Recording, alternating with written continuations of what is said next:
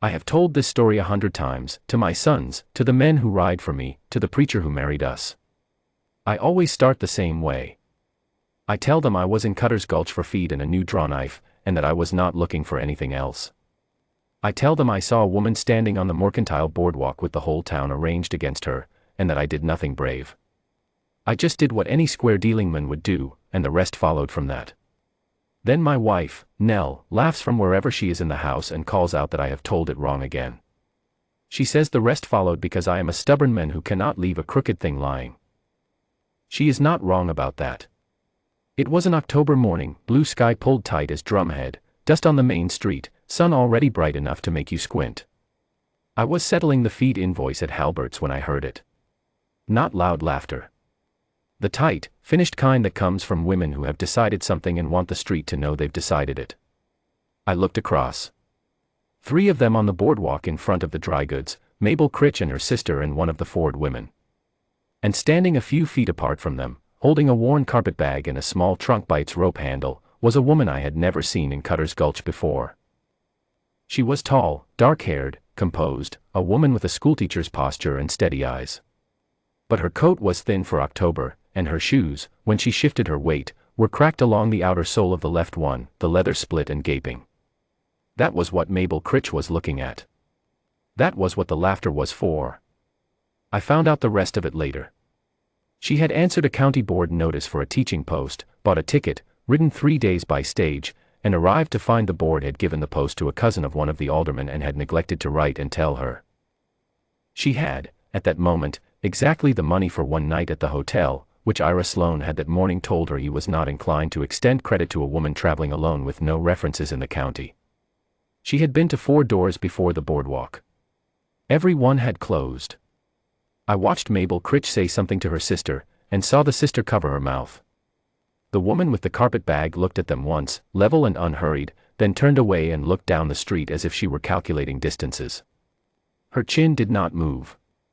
She had too much pride to let it, and too much sense to waste breath on women who had made up their minds. I paid Halbert's invoice and walked across the street. I said, I heard the county board gave the teaching post to someone else. She said, you heard correctly. Just that.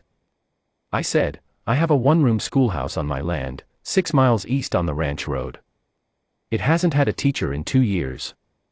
12 children between my outfit and the 3 ranches neighboring. I pay $40 a term, and there's a storeroom that can be cleared for a room by tonight.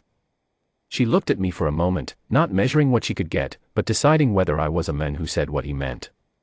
She said, I'm Nell Dre. 4 years in Benton County. Eben Rourke. Cattle. I'll want to see the schoolhouse before I agree. Fair enough. I've got the wagon. She said, now suits. We drove out of Cutter's Gulch with her trunk in the wagon bed and Mabel Critch watching from the boardwalk with an expression I had seen before on people when a thing had not gone the way they arranged it. I did not look back twice. Nell did not speak much on the drive, and I did not push. She studied the country, the dry hills, the late-season grass, the cedars along the creek draw, the way a practical person does when they are deciding if they can make a life somewhere.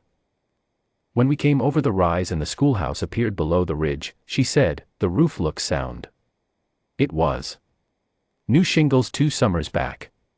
She climbed down before I could offer a hand and walked the perimeter herself, checking the foundation log, the window frames, the door hinge. Inside she ran her hand along the chalkboard and examined the stovepipe. 10 minutes, and I waited outside and did not hover. When she came out she said, $40 is fair. I'd want a lock on the storeroom door. I said I would put one on that evening. Then we have an agreement, Mr. Rourke. Eben. She considered that. Eben. We shook hands on the stoop, and by nightfall she was settled in the cleared room with a lock on the door and a stovepipe that drew clean. The first week I kept my distance. I know the difference between a decent act and an intrusion. But the ranch road ran past the schoolhouse, and I will not pretend I didn't slow the horse when I passed. What I could hear drifting out over the dry grass was order. Nell Dre ran that schoolroom the way a good hand runs a drive, no wasted motion, no slack, but no cruelty either. My older boy Caleb, who had fought every county teacher and was known for it, came home the 3rd evening and did his sums without being told. I asked how he liked the new teacher. He said she was the first one to explain why the sums mattered, and then show it using the ranch ledger she had borrowed from my office. She had not asked permission. I found I did not mind. By the end of the second week, Tom Cord rode over to tell me his youngest had read a full page aloud at supper for the first time. I left the peaches Hatch's wife sent over on the schoolhouse stoop. When I passed the next morning, there was a short note addressed to the Hatch family in a clean, even hand on top of the empty jar. That was how Nell Dre operated. She returned everything she was given with interest, and she asked for nothing. A month in, I found a reason to speak to her again, or rather, I admitted I had been finding reasons not to.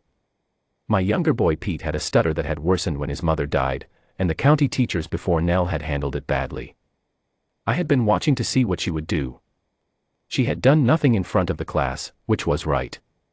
But one afternoon I arrived early to collect the boys and heard her through the window, sitting with Pete alone after the others had gone, the two of them reading together, her voice and his back and forth, unhurried, no correction when the stutter came, just the steady rhythm of the next line waiting. Pete's voice was easier than I had heard it in 3 years. I waited on the stoop until she came out with him. I thanked her. She said Pete was careful with words, which was an asset if you let it grow, and that she had only given him a place to practice. Then she looked at me and said, "You were listening." I said I was. Good. Then you know it'll take time. I said I had time. She gave me the look I had started to recognize, the one that meant she was filing something away for later, and then sent Pete to get his brother and went back inside. November came in hard and the road froze. I started having the boys bring her firewood as part of their morning chores. She accepted it without comment for 3 days, and on the 4th morning she left a cloth-wrapped parcel on top of the woodpile. 2 corn cakes, still warm. Pete ate his in 3 bites and said, "She's a good cook." I said, "Don't let her hear you say that or she'll think that's all we value her for." He looked at me sideways the way boys do when they are reading a grown man. "Do you like her?" I said, "I respect her." That's not what I asked. Too good an ear for a 9-year-old. I told him to finish his breakfast. But I thought about what he asked, on the long ride out to the south fence and on the way back with the wind off the ridge and the first snow in the air. I was a man who had shut himself up against certain kinds of thinking for 7 years, and I knew something had been loosening in that shut-up place. Nell Dre had not given me the least signal she thought of me as anything other than her employer. She was a precise woman. She said what she meant. If she had wanted me to know something, she would have told me.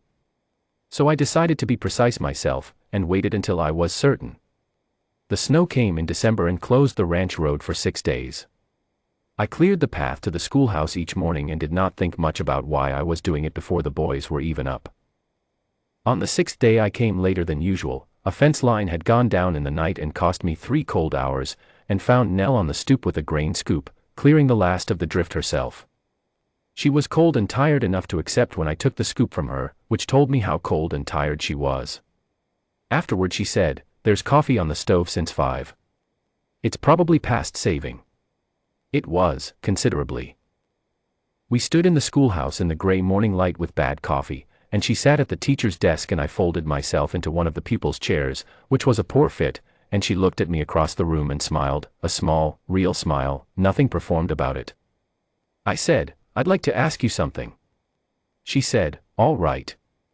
In the spring, when the term ends, I'd like you to stay. Not only as the teacher."